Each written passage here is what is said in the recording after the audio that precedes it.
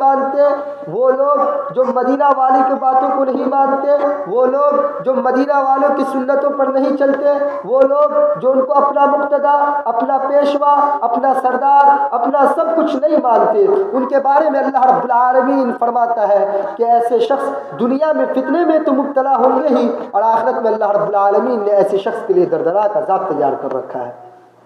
اسی طرح اللہ رب العالمین فرماتا ہے کہ جو شخص اللہ کے نبی کریم صلی اللہ علیہ وسلم کی رسالت کو نہیں مانے گا تو آخرت میں اللہ رب العالمین ان کے چہرے کو الٹا کر جہنم کے شعلوں میں پھینکے گا۔ تو کافر پکار کر کہیں گے اے کاش ہم نے اللہ کی اطاعت کی ہوتی، اے کاش ہم نے رسول اللہ صلی اللہ علیہ وسلم کی اطاعت کی ہوتی، اے کاش ہم نے رسول اللہ صلی اللہ علیہ وسلم کو اپنا مقتدی، اپنا پیشوا، اپنا سب کچھ مانا ہوتا تو آج ہم جہنم کے شعلوں میں نہ ہوتے۔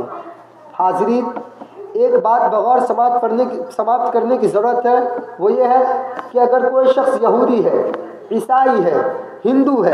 سکھ ہے، اچھے کام کرتے ہیں، ہر وہ کام کرتے ہیں جس سے انسانیت کے لیے کامیابی ہوتی ہے، ہر وہ کام کرتے ہیں جس سے انسانیت کو فائدہ ہی فائدہ ہے، ہر وہ کام کرتے ہیں جس کی وجہ سے اسلام تک کو فائدہ ہے، لیکن وہ نبی کریم صلی اللہ علیہ وسلم کی رسالت کا انکار کرتا ہے، لیکن وہ نبی کریم صلی اللہ علیہ وسلم کو اپنا رسول نہیں مانتا ہے، لیکن وہ نبی کریم صلی اللہ علیہ وسلم کو اپنا مقتدی، اپنا پیشوا، اپنا سردار، اپنا انبیاء نہیں مانتا ہے، تو وہ شخص کبھی بھی جنت میں نہیں جا سکتا، کیونکہ اللہ تعالیٰ کو اپنے پیارے حبیب محمد صلی اللہ علیہ وسلم سے اس قدر پیار ہے کہ اللہ تعالیٰ نے ان کے انکار کرنے والے کو سیدھا جہنم میں داخل کرے گا، جیسا کہ ارشاد باری تعالیٰ ہے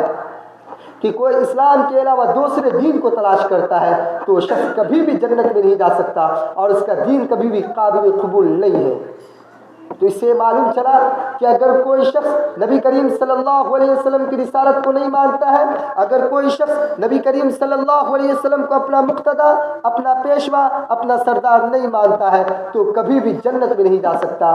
آج کل لوگ جہالت کی وجہ سے یہ کہتے ہیں کہ اللہ رب العالمین انسان کے دین کو نہیں دیکھتا، اللہ رب العالمین انسان کے مذہب کو نہیں دیکھتا، بلکہ اللہ رب العالمین انسان کے عملوں کو دیکھتا ہے، اللہ رب العالمین انسان کے دلوں کو دیکھتا ہے۔ یہ بات ایک جگہ صحیح ہے، لیکن اللہ رب العالمین کب انسان کے عملوں کو دیکھتا ہے؟ اللہ رب العالمین کب انسان کے دلوں کو دیکھتا ہے؟ جب انسان اسلام لا چکا ہو، جب آدمی مومن ہو، جب آدمی نبی کریم صلی اللہ علیہ وسلم کو اپنا رسول، اپنا مقتدی، اپنا پیشوا مانتا ہو، تب جا کر اللہ رب العالمین انسان کے عملوں کو دیکھتا ہے، انسان کے دلوں کو دیکھتا ہے۔ اگر کوئی شخص اسلام نہیں لایا ہے تو اللہ رب العالمین اس کے دلوں کو اور اس کے عملوں کو نہیں دیکھے گا، سیدھا جہنم میں ڈھکیل دے گا۔ تو اس سے معلوم چلا کہ اگر ہمیں جنت میں جانا ہے تو سب سے پہلے اللہ کے نبی کریم صلی اللہ علیہ وسلم پر ایمان لانا ہوگا، ان کو اپنا مقتدی، اپنا پیشوا، اپنا سردار ماننا ہوگا، تبھی ہم جنت میں جا سکتے ہیں، ورنہ ہم کبھی بھی جنت میں نہیں جا سکتے۔